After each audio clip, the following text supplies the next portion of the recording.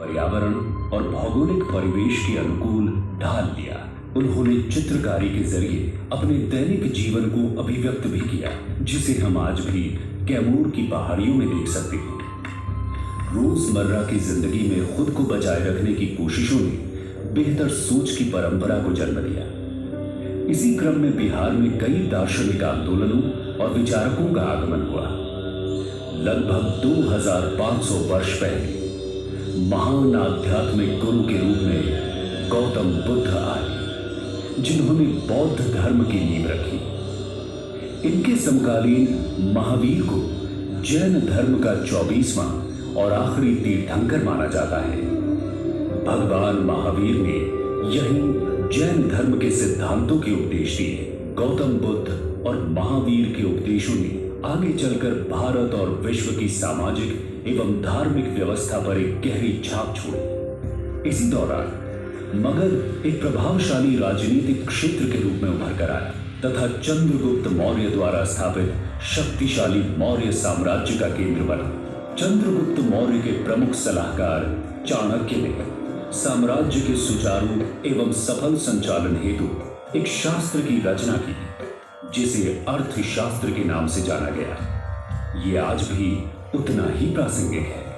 सुव्यवस्थित मौर्य शासन तथा संरक्षण में विविध कलाओं का विकास हुआ, जिसमें टेराकोटा शिल्प भी एक है।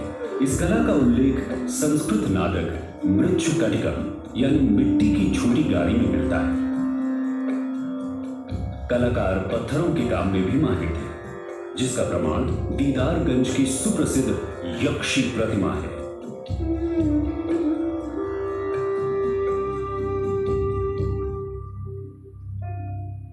वर्तमान पटना के कुम्हरार नामक स्थल पर खुदाई के क्रम में एक 80 स्तंभों वाला सभागार प्रकाश में आया है।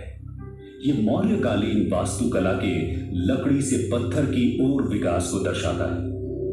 आगे जाकर सम्राट चंद्रगुप्त के पौत्र सम्राट अशोक के कारण बिहार के इतिहास में एक उल्लेखनीय परिवर्तन हुआ। सम्राट अशोक कलिंग युद्ध में विजयी होकर भी निराशा और ग्लानि में डूब गए। युद्ध में हुए रक्तपात के कारण उन्हें एहसास हुआ कि हिंसा निरर्थक है। इस कारण उन्होंने बौद्ध धर्म अपनाया और उसके सिद्धांतों का प्रचार प्रसार अपने साम्राज्य के अतिरिक्त बाहरी प्रदेशों में भी किया। अशोक ने अपने पूरे साम्राज्य में शिलालेखों पर समाज कल्याण के आदर्शों को अंकित करवाया। बराबर पहाड़ियों की गुफाओं में पाए गए शिलालेख अशोक द्वारा जैन धर्म तथा अन्य छोटे समुदायों जैसे आजीविक को दिए गए संरक्षण को प्रदर्शित करते हैं। इतिहास दीर्घा हमें गुप्त शासन के 300 वर्षों की यात्रा की ओर ले जाती है, जिसे भारतीय इतिहास के स्वर्णिम युग के नाम से भी जाना जाता है। इस काल में बिहार में कला, साहित्य और विज्ञान के क्षेत्र में काफी विकास हुआ। गणितज्ञ और खगोल शास्त्री आर्यभट्ट ने आर्यभट्टीय की रचना की। इस रचना ने अब तक कई पीढ़ियों के खगोलविदों और गणितज्ञों पर गहरा प्रभाव डाला। गुप्त काल में ही बिहार के प्राचीनतम एवं अब तक जीवंत मुंडेश्वरी मंदिर का भी निर्माण हुआ। गुप्त वंश के शासकों ने बिहार को एक शैक्षणिक केंद्र बनाया। उन्होंने ही नालंदा, विक्रमशिला, उदंतपुरी व तेलहारा जैसे प्रतिष्ठित विश्वविद्यालयों को विकसित किया। इन विश्वविद्यालयों ने आगे चलकर पाल वंश के समय में और भी अधिक ऊंचाइयों को प्राप्त किया। संग्रहालय में रखी पाल कालीन बौद्ध व हिंदू मूर्तियां इस समय के कलाकारों की कलात्मक दक्षता एवं अभिव्यक्ति की सक्षमता को दर्शाती हैं। इनका विकास पाल वंश के 400 वर्षों की शासन अवधि व संरक्षण के दौरान हुआ। पूर्व मध्यकाल एक तरह से सत्ता परिवर्तन का काल रहा। इतिहास दीर्घा सी ये दर्शाती है कि किस तरह बिहार ने इस अशांत समय में भी अपनी सामरिक नीति की महत्ता को बनाए रखा।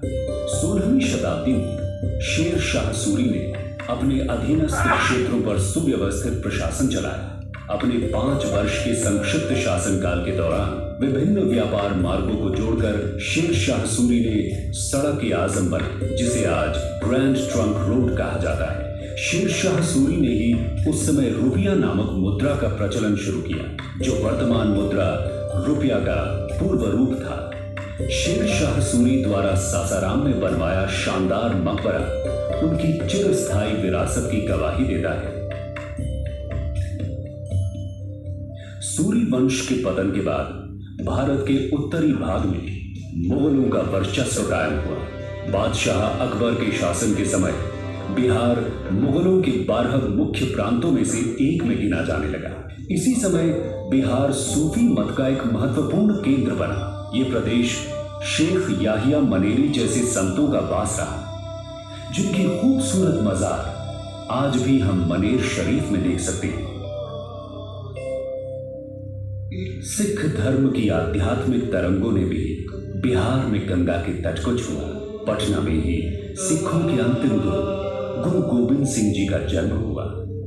हर मंदिर साहब को सिखों के 5 तख्तों में से एक गिना जाता है। समुद्री मार्गों और व्यापार के विकास के कारण British east India company Bharat में पहुंची। अंग्रेजी प्रभाव से कलमबंद प्रमाणों की परंपरा शुरू हुई।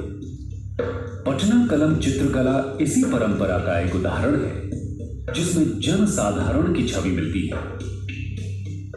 परंतु जल्द ही अंग्रेजों के आर्थिक नियंत्रण ने बिहार पर बुरा असर डालना शुरू कर दिया।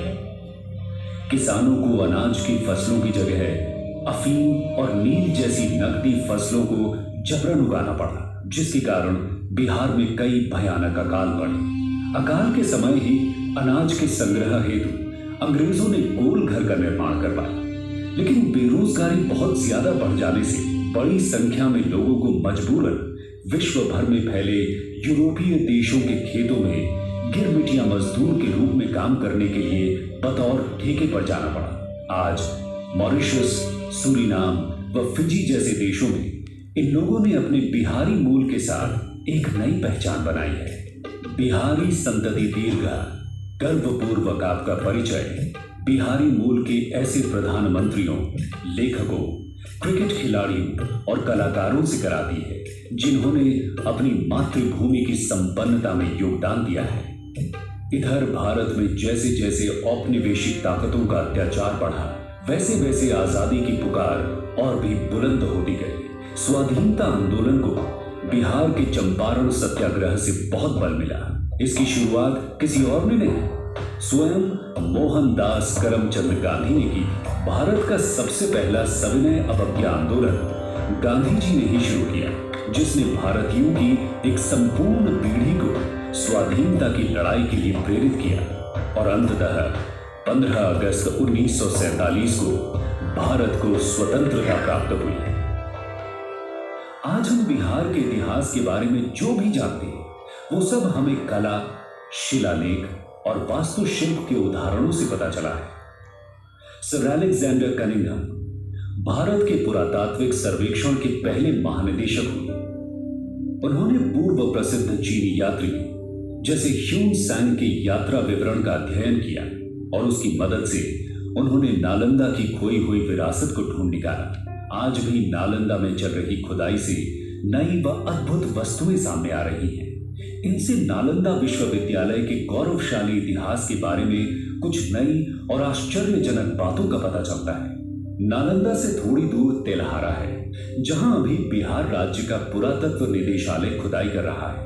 इस उत्खनन से यह पता चलता है कि तेल्हारा भी कभी नालंदा की तरह ही शिक्षा का एक महत्वपूर्ण केंद्र रहा होगा।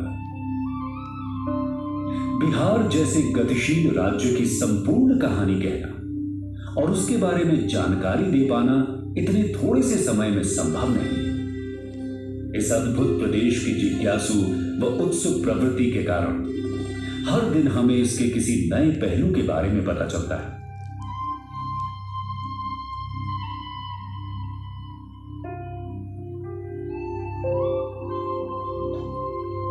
बिहार संग्रहालय इस प्रदेश की समृद्ध विरासत और यहाँ के स्वाभिमान और अनुकरणीय स्वभाव की मानसिकता को सलाम करता है।